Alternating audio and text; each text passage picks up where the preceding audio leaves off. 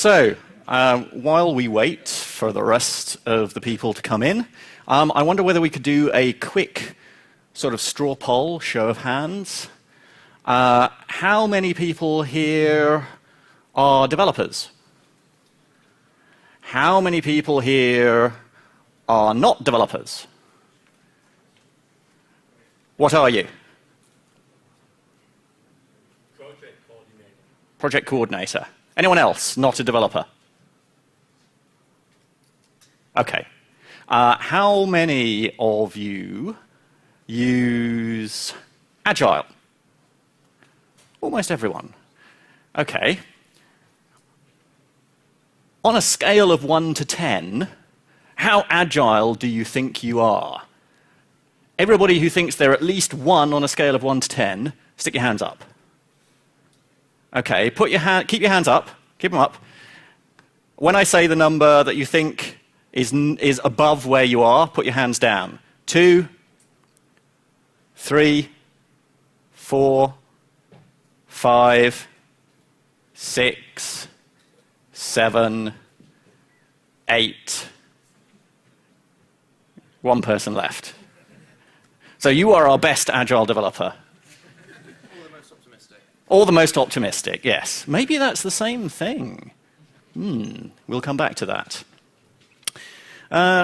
Okay, give them another minute. So, who uses TDD? Okay. Who uses continuous integration? Okay. Who continuously refactors their code? Who uses pair programming most of the time? Not all of the time, perhaps, but most of the time. It's their default way of working. Very, very, very small. Okay, that's probably no more than 10% of the people in the room. That's kind of interesting. So most people in the room think that they're agile.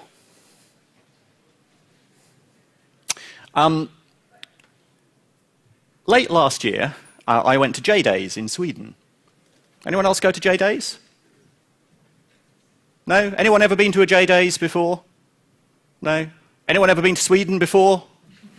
Few people. Okay, in Sweden, if someone asks you what you do and you say, I'm in Agile, this is what they will think you do. Agile in Sweden, otherwise referred to as der Kaninhoppen, literally translated bunny jumping, means rabbit agility contests. This is apparently a very popular form of sport in Sweden. We will come back to that. So, as you can see from the bottom of the slide, am Sleepy Fox, and I live and work in central London, so obviously I am an urban fox, well adapted to living in and thriving in inner city environments. Anybody recognize this picture? Yeah, a few people. It's been doing the rounds on Twitter. There's a story behind that one as well. Most of the internet knows me as Sleepy Fox. I'm Sleepy Fox on Gmail. I'm Sleepy Fox on GitHub. I'm Sleepy Fox on SpeakerDeck, which is where all of my slides are. I'm Sleepy Fox on Twitter, yada, yada, yada.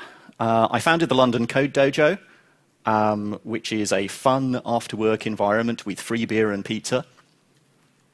Oh, and by the way, we code as well. To practice pair programming, simple design, TDD, etc. I'm an Agile coach and polyglot craftsman, and I've spent the last 37 years programming stuff of various different kinds. And I've been working in Agile since 1996. Now, of course, some of you may realize that the word Agile wasn't coined as a software development methodology type until 2001. So yes, you're right. Back in 1996, we called Agile RUP. Today, I'm going to talk about anti-patterns, and this is one of them. The reason that I'm going to talk about anti-patterns is primarily because we as humans learn better from mistakes than we do from success, but mostly just because it's more fun. So today, I'm going to talk about where Agile is at the moment, where I think it went wrong, a little bit about the development of methodologies and where they come from and where they go to. And then, at the end, I am going to reveal the next big thing. So where is Agile today? This, I think, is where Agile is today. Some of you may be familiar with Everett Moore's diffusion of innovation curve, which was popularized by Geoffrey Moore in Crossing the Chasm. So with any new technology, there are innovators, the first people to use it, early adopters, and then there is a chasm of adoption before you get to the early majority. And we talk about technologies that cross the chasm, the successful ones versus the unsuccessful ones which don't cross the chasm. Now, I'm going to argue that Agile is over there, that it's not only crossed the chasm, it's over the hill and way, way, way down the other side in late majority or possibly even where the laggards are. But I'm not just going to say this. I'm going to back it up with evidence. So this is Microsoft. Microsoft are talking about distributed agile development and about all of their good patterns and practices for distributed agile development. So Microsoft is now agile. Wherever you want to go today, Microsoft will take you there. And Accenture are apparently also agile. They can consult with you on how to be more agile. I'm not quite sure how expensive it is. Probably more than I can afford. Oracle are apparently agile too. And I know I definitely can't afford agile from Oracle. The US military is apparently agile. The Department of Defense claims that it is going agile. I'm not quite sure what that even means. Does it mean they can dodge bullets? No, Neo. It means that when the time comes, you won't have to. The UK government is going agile. They want to facilitate rapid response and innovation at the front line. Oh, maybe. No, that is the government one, not the military one. Yes. So if the government is embracing agile, you know you're over the hill and down the other side. So apparently we're all agile. You see the trend here. This is the pattern of declare success and move on. And it worked in Vietnam, right? So I'm going to claim that there's a bit of a problem with agile. And I'm going to claim that that problem is about words and about the definition of words and the construction of language. But before we discuss what agile actually means, we're going to try something a little bit simpler. We're going to play a game. And the game is name that music genre. And we'll start with the hard ones, and we'll make it gradually easier. So just shout out the genre when you think you've got it. Rock, punk.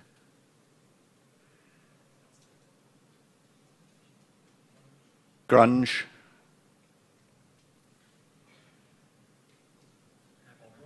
Hard rock, sorry. Anyone else? Rock and roll. Metal.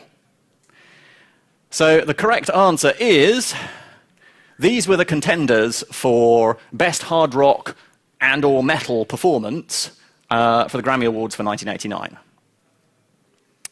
And of course, the winner was... No, it wasn't Metallica. AC/DC. No, it wasn't AC/DC. Iggy Pop. No, it was not Iggy Pop. Sorry? Everybody. No, it was not everybody. It was not the other one, Jane's Addiction. It was Jethro Tull.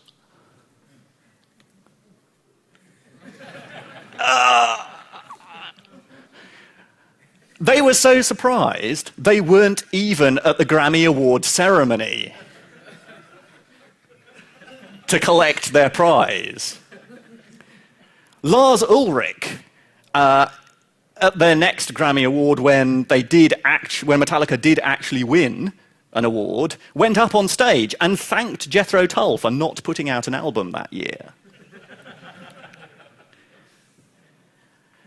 So it's fairly clear that there was not really a shared consensus about what the words hard rock or metal actually meant. And Ian Anderson, the lead of Jethro Tull, when interviewed about this in a music industry magazine, quipped, "Well, sometimes we do play our mandolins quite loudly." So we have now agile testing, agile modeling, agile project management, agile transformation, agile business intelligence, agile portfolio management, agile government, and indeed, if you look on Amazon, as I did a couple of days ago, there were 2,855 books about agile. But what does agile mean? Now, thinking back to the Dilbert cartoon, perhaps it just means fast in people's eyes. So this is Pentaho's data integration, Agile BI. They have a cheetah, a kind of blurred cheetah, because it's really fast. A zoologist told me that actually cheetahs aren't that agile, and the reason that gazelles and springboks can escape from cheetahs is because they're more agile. What the cheetah's very, very good at doing is running from cover very, very fast in a straight line to catch its prey by surprise. But it's not actually very good at turning corners, a bit like an American car. So perhaps it just means good, right? Buzzword agile. Yes, this thing is good. We'll label it with agile. Or perhaps it just means better. Better than the competition, better than the previous version. Data integration 3.0, which apparently wasn't agile. Perhaps, like Dilbert's boss, it just means cheaper. Some of us think that perhaps actually a more appropriate dictionary definition for agile is reactive or responsive to change. A different kind of agile. Does anyone know when the founders of the Agile Methodologies came together at Snowbird in Utah in 2001? Does anyone know what they were going to call it? Adaptive? No, close. There was adaptive software development, which was Highsmith, I think. So he'd already used that, so they couldn't use adaptive. Anyone else? They were going to call them lightweight methodologies because they felt that most ways of developing software at the time had too much ceremony, they had too many artifacts, they had too many processes. They just wanted the minimum necessary in order to get the job done. And so they called them lightweight.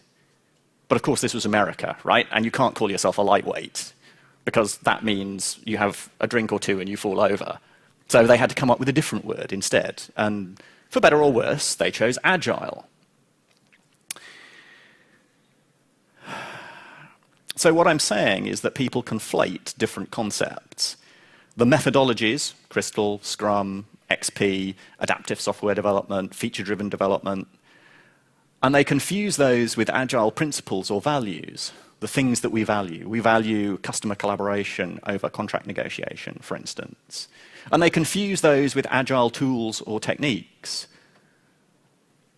like user stories, or test-driven development, or daily stand-ups. And they confuse these with the linguistic meanings of agile. I can be rapidly responsive to change. And they all get stuck together in a bag, which gives you this. Be agile like a badger.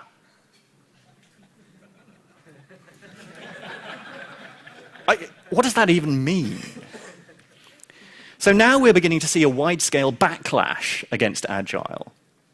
Ken Schwaber, one of the two founders of Scrum, is very frank and honest about it. He says 75% of the organizations that he's talked to do not get the benefits that they expect out of trying to implement Scrum. And it's not just him. Scott Ambler has been running a series of surveys, and he interviews CSM graduates, the Certified Scrum Master course. And more than half of them feel bad about the certification. But they don't feel it's actually worth anything. Jeffrey Leica, author of The Toyota Way, says only 1% of lean initiatives meet their goals. 1%, that's tiny. Computer Weekly says agile development is an evangelical fad, ill-suited to government IT. And Forrester Research, Mike Gualtieri says agile software is a cop-out. So why are they saying these things?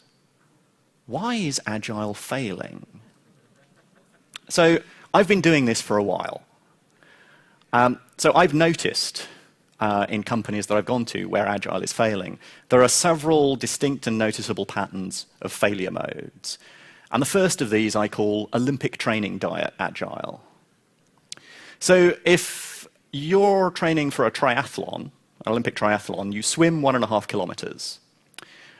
You bike 40 kilometers and you run 10 kilometers. And if you do that, you can eat 5,000 calories a day. You burn through that much energy. But the companies that I speak to, I go to them and I ask, how is your agile going?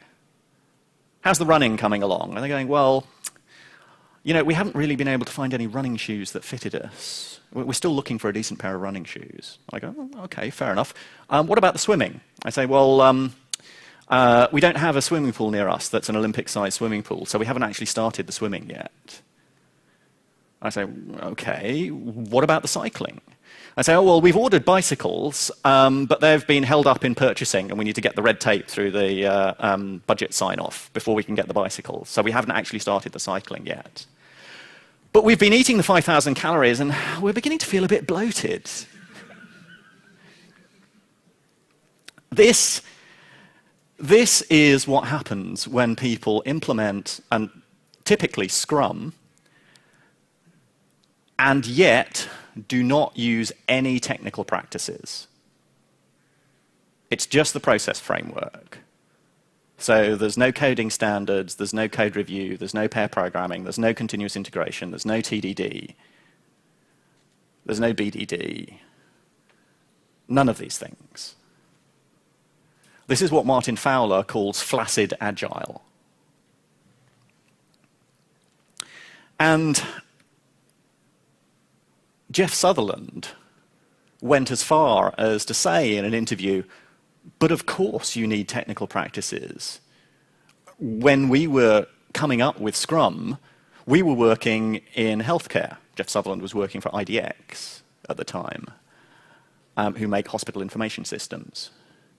So obviously, our environment, with all of the healthcare compliance and other things around it, necessitated a particular set of development practices. And we didn't want to kind of promote these because we felt your own context would be quite possibly different from ours. So we just talked about the process framework. But of course, you'll need technical practices. And yet, unfortunately, most people implement Scrum without any technical practices, which is where extreme programming can help. Now, unfortunately, there's been a bit of a thing recently. Hands up, anyone who's watched the screencasts or Google Hangouts or has read the blog posts about Is TDD Dead with David Hannemeier Hansen, Kent Beck, and Martin Fowler. Okay, only a few hands in the room. The links are in here. It's well worth looking at it because there's some interesting conversations going on. No, TDD isn't dead. There's the link to the video conferences. And here's a link to Tom Stewart at the Scottish RubyConf in 2014 talking about the David Hannemeyer-Hansen problem. Which basically, the point that he's making is David Hannemeyer-Hansen jumping up and down and saying TDD is rubbish and it's dead and it makes code worse is one viewpoint. And the Ruby community is quite a large and active and vibrant community, and it's quite a thoughtful community. And whilst Tom Stewart is very thankful to David Hannemeyer-Hansen for inventing Rails, which means that he can now get paid, Tom, that is, can get paid as a Rails developer, he recognizes that he is not the only voice of what is good and what works, and that the Ruby community itself is larger than the Rails framework, which is a framework that was created to produce a web-based to-do app called Basecamp. And if the problem you're trying to solve looks like a to-do app, then Rails is probably a good solution. And you probably don't need TDD. If, on the other hand, that the problem that you're trying to solve is perhaps a little more complex than a to-do app, maybe TDD might be a good idea. A second failure mode is what I call lazy agile. So some people relish the excuse not to do planning, design, documentation, testing, because Agile doesn't do that, does it? Don't need any documentation with Agile. You just get in there and code. And if it all goes wrong, well, obviously, it's Agile. It doesn't work.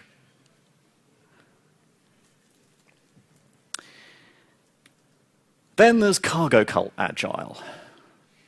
I took physics at university, and in the physics community, Richard Feynman's commencement address to Caltech in 1976, where he talks about cargo cult science, is very well known. And I'm glad to see that the whole cargo cult thing has actually become more well known. Hands up, who knows what a cargo cult is? Yeah, you see, probably more than half of the people in the room. For the others, the cargo cults were tribes of Southern Pacific islanders who, during World War II, when they basically had Stone Age levels of technology, saw giant metal birds fly down from the sky, land on their tiny little islands and disgorge people, food, medicine, pots and pans. They worshipped them as gods. As Arthur C. Clarke said, any level of technology suitably advanced is indistinguishable from magic. But when the theatre of operations moved on and the forward operating bases were deserted by the Americans, the islanders were left behind, and the giant metal birds did not return.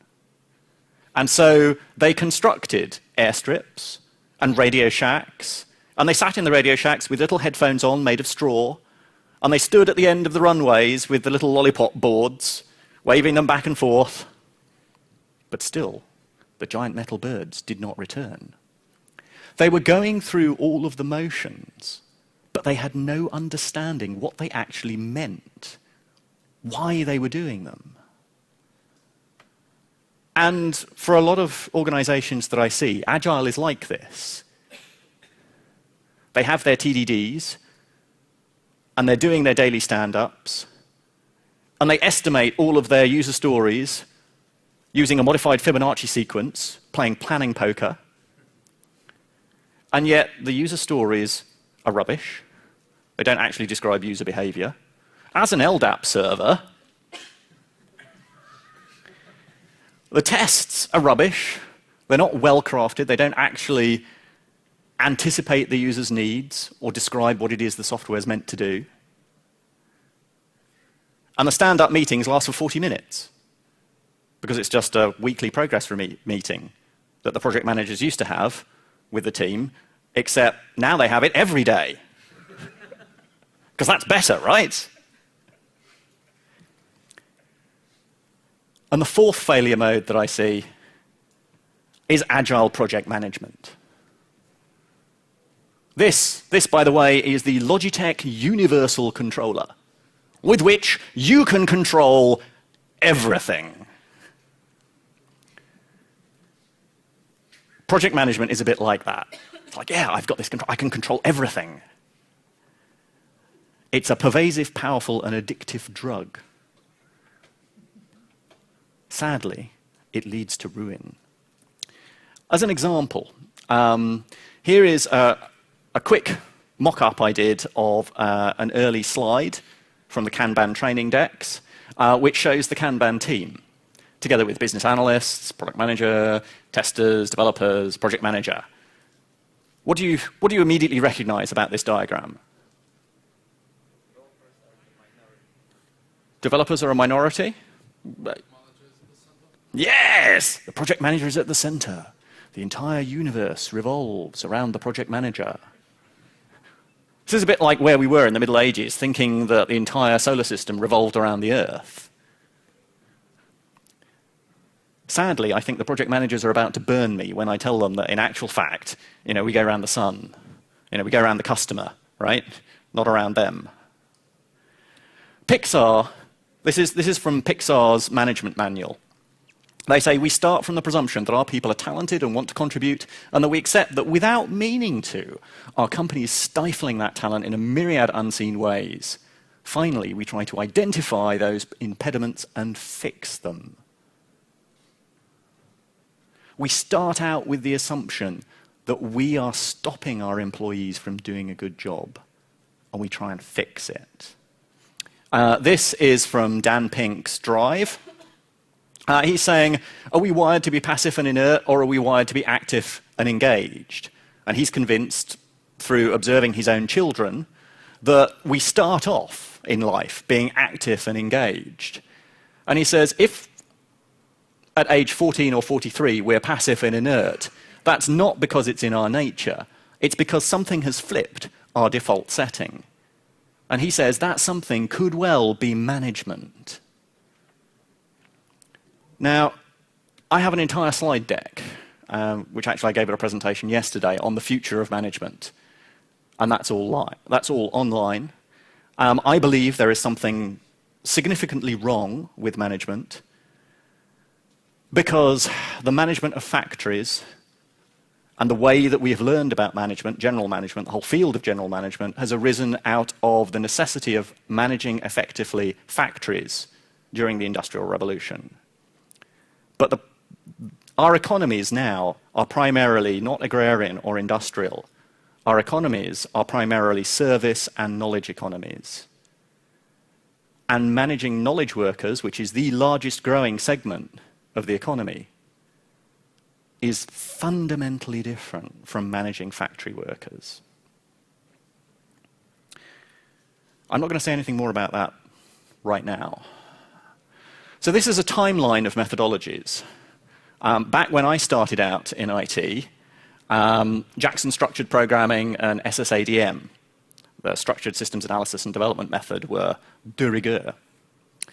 Then came along the OO methods, OOA, OOP, RAD, the Boehm spiral model, RUP.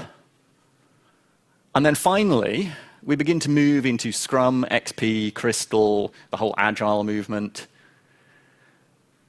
And now, these kind of go in sort of 15-year cycles. This is a bit like a fashion industry. So as we've seen with Clojure, Lisp, which was popular in 1957, has kind of come back into fashion again, like bell-bottom jeans and floral tie-dye T-shirts. So the next big thing in software development, what is that? Who here knows about Monty Hall, the game show, TV game show? Oh, a surprisingly large number of people for a non-American audience. Behind one of these doors is a prize. And behind the other two doors are a goat. Yes! Why? I have no idea why. So behind door number 1, lean software development. This is a newish form of software development process invented by Mary and Tom Poppendick after their experiences at 3M, which focuses on applying the principles of lean and the Toyota production system to software. Behind door number 2, Jez Humble's continuous delivery out of his research at ThoughtWorks, and the idea that instead of delivering at the end of 2 weeks and continuously integrating every day, what happens if you can actually deliver to the customer every day, or even multiple times a day? And of course, Eric Ries's The Lean Startup, which takes the principles of scientific experimentation into the realm of product development. Instead of thinking what we might want the customer to buy, and then making that thing, and then hoping they come, instead, do the smallest possible, least risky, least costly experiment that we could do in order to figure out, is the customer going to be interested in this?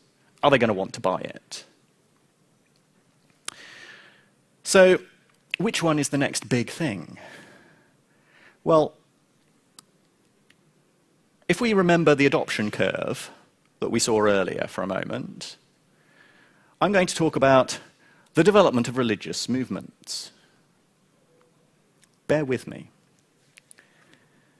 Religious movements start with a founder, and the founder has a vision. And they speak out, and they talk about their vision. And unless they're completely mad, or even sometimes if they are, people listen to them and say, wow, that person is actually saying something interesting and useful. Yeah, we should do something about that.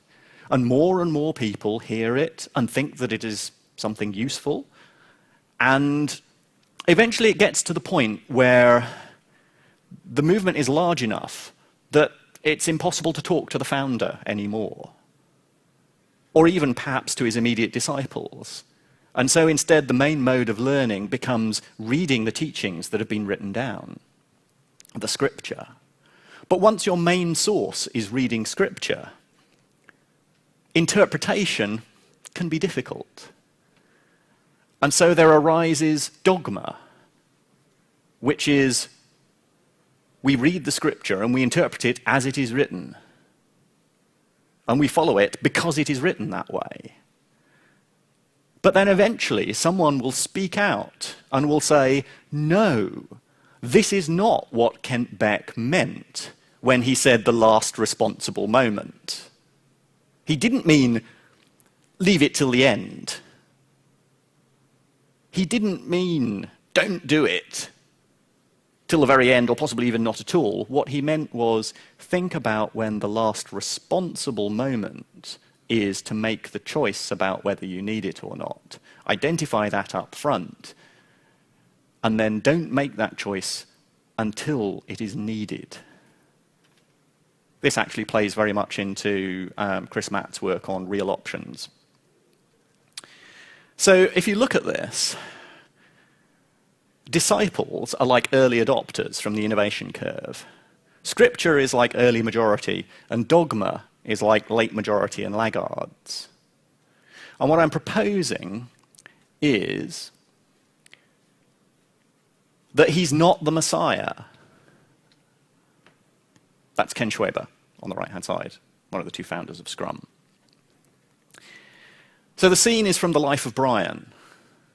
And in Monty Python's Life of Brian, there's a crowd underneath Brian's window. And Brian is saying to them, look, you've got it all wrong. You don't need to follow me. You don't need to follow anybody. You've got to think for yourselves. You're all individuals. And the crowd says, yes, we're all individuals.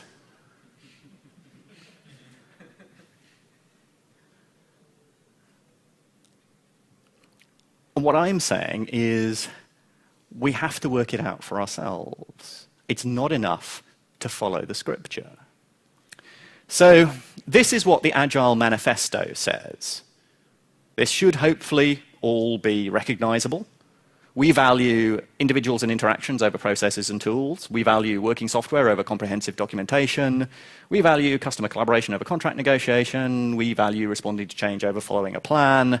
And whilst we recognize that there is value on for the things on the right, we think there is more value for the things on the left.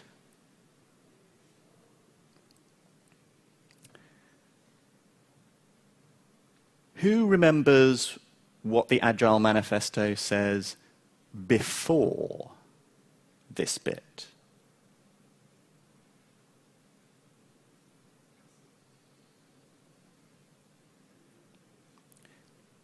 The hidden part of the Agile Manifesto says we are uncovering better ways of developing software by doing it and by helping others do it. It doesn't say we found the one true way to develop software. It says we're uncovering it. Not we've uncovered it, not it's already happened. This is a process, it's a journey. We haven't arrived yet. It isn't a silver bullet. We're uncovering better ways. Not one true way, not the best way. Better ways than the way that we were doing it before.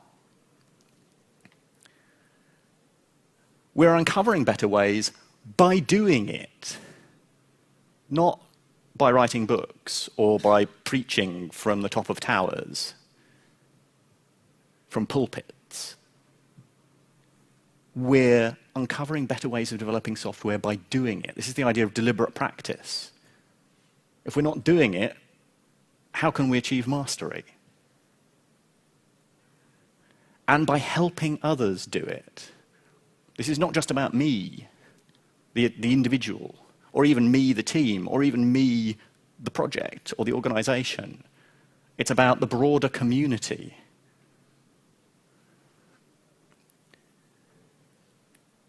So, I'll talk about metaprogramming for a second in the consciousness sense, rather than the reflection, say, sense. At the bottom of this pyramid, we have techniques and tools. TDD, backlog grooming, BDD, co-located teams, invest criteria for stories, continuous integration, story points. All of these things are tools or techniques. But building on top of those, we have systems. Systems are known good collections of things that work together synergistically to achieve something that is greater than the sum of their parts. But these systems are built on mental models, on values and principles. Plan, do, study, act. The experimentation and thinking cycle. The aspect that quality is more important than return on investment. Respect for people. Most people, when asked, what is the number one most important thing about lean, will say, eliminating waste. When you actually look at, and you're going to have to remind me about Shingo Seo and the other creator of the Toyota production system, whose name momentarily escapes me. When you look at his list of the 14 things that comprise the Toyota production system, number 1 on his list is respect for people. Number 2 on his list is continuous improvement. Elimination of waste is 7th on the list. So what I'm proposing is that we forget process and instead think about the principles of Agile. That we forget the methodology and think about the context in which we're using it. That we forget the dogma and instead learn the values that drive the production of these systems.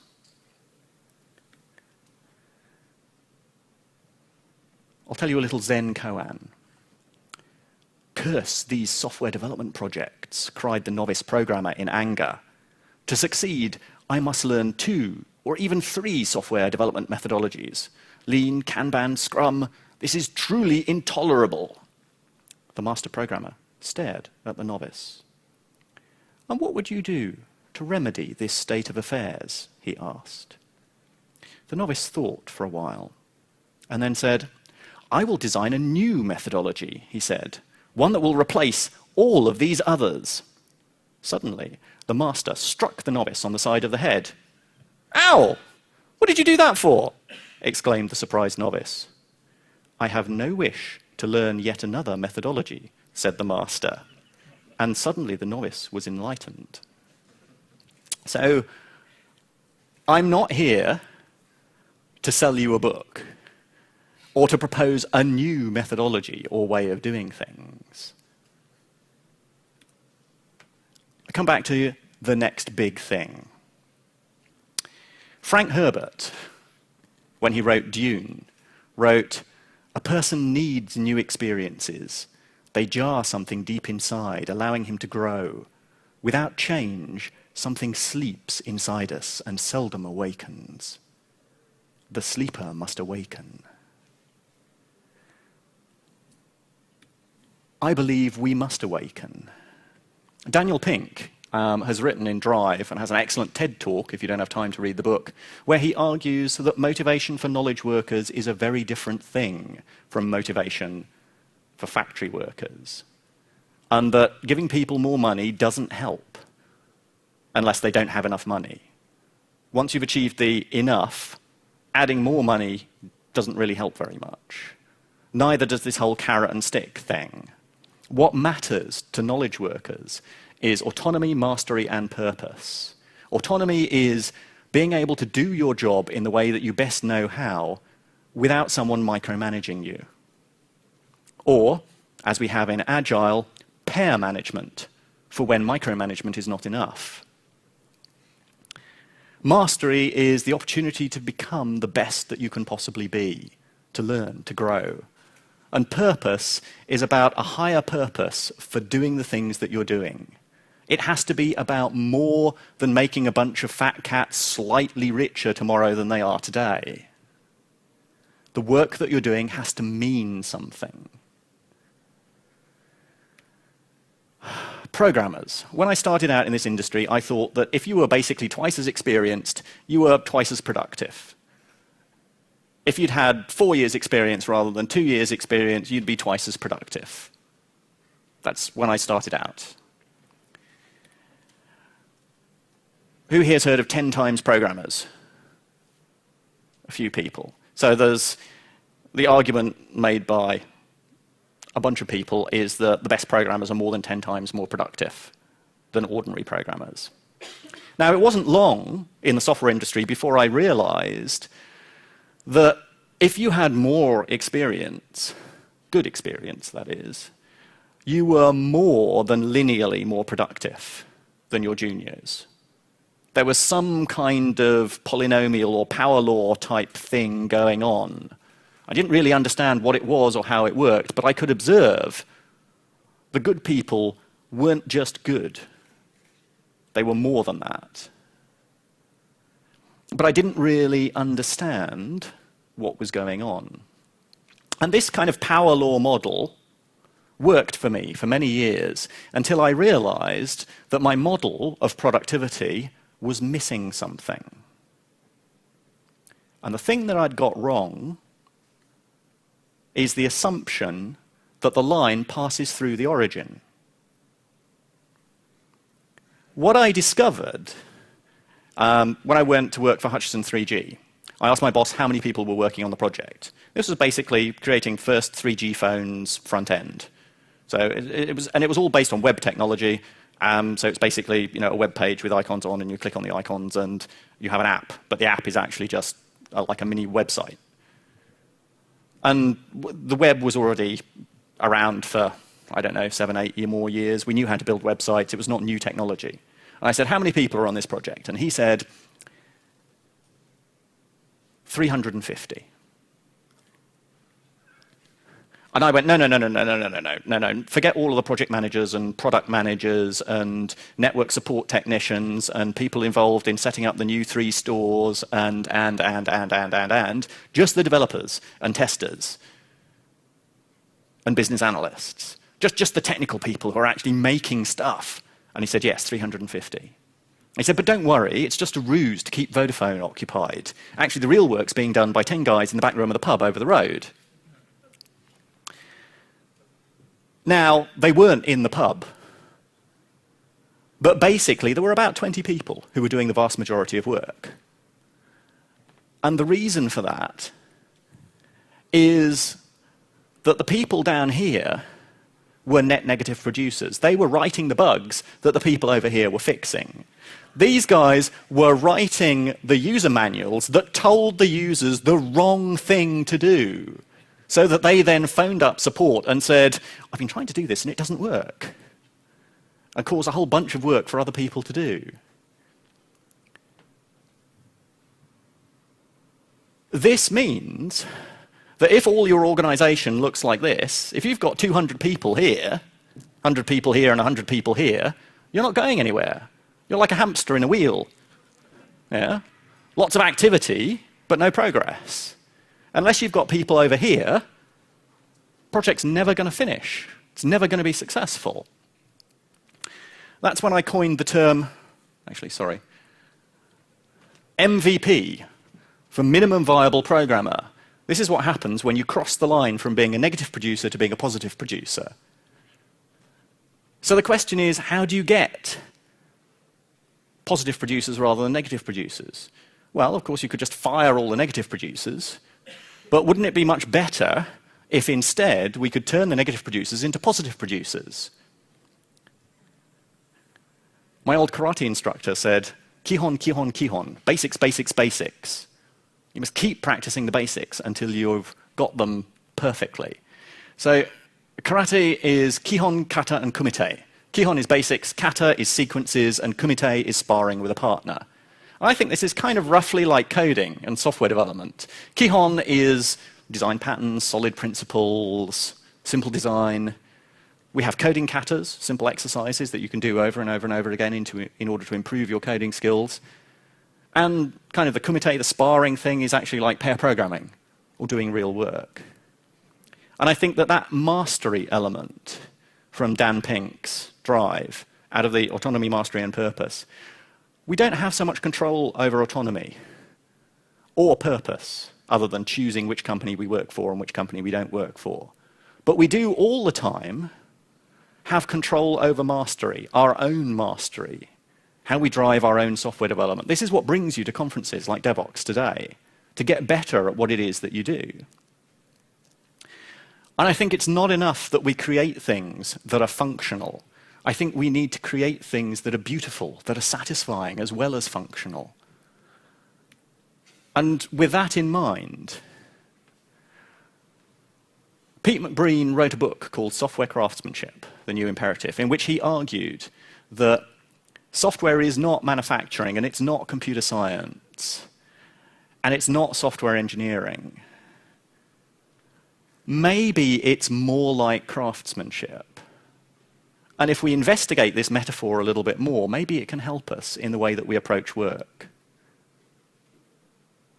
And individual mastery of our craft is, I think, the next big thing. This is something that's down to us, that we have control over, that we can drive forward, that we can use to make a difference in the world of work and the world in general. I'm not saying this is a silver bullet. It isn't. But I do think it could be part of the answer, and it is of sufficient worth to bear investigation. Thank you.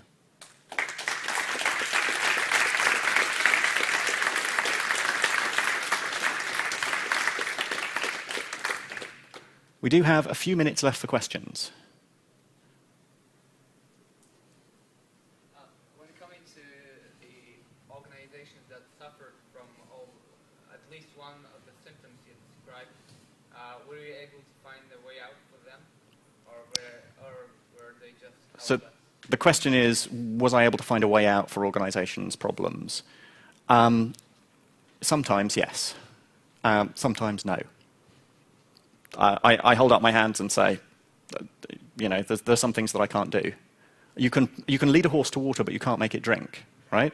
You can propose change. You can help people to recognize there is an opportunity to do things better. But in the end, it's up to them. You can't change anyone. All you can do is show them that there's a different way. So, yeah, it depends. You know, how many psychologists does it take to change a light bulb? Just the one, but the light bulb has really got to want to change.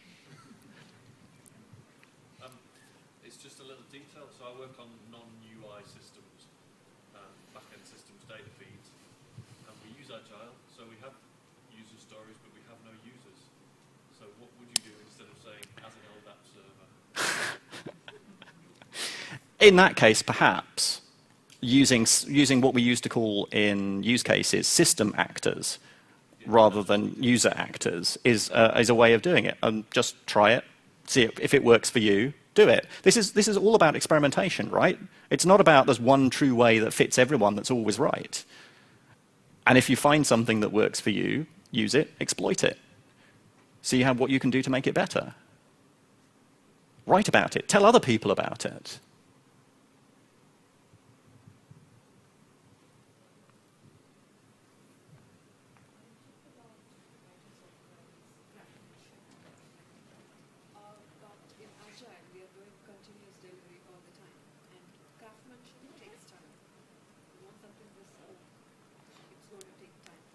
Mm-hmm.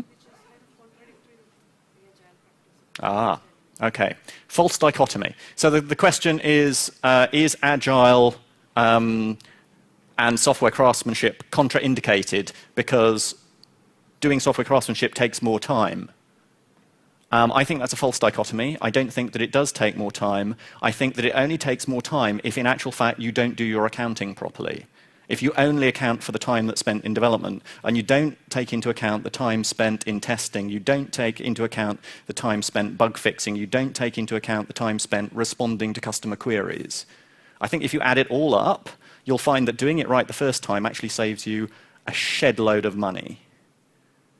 So I would say, no, it's a false dichotomy. It's just down to bad accounting. Sorry. One more question.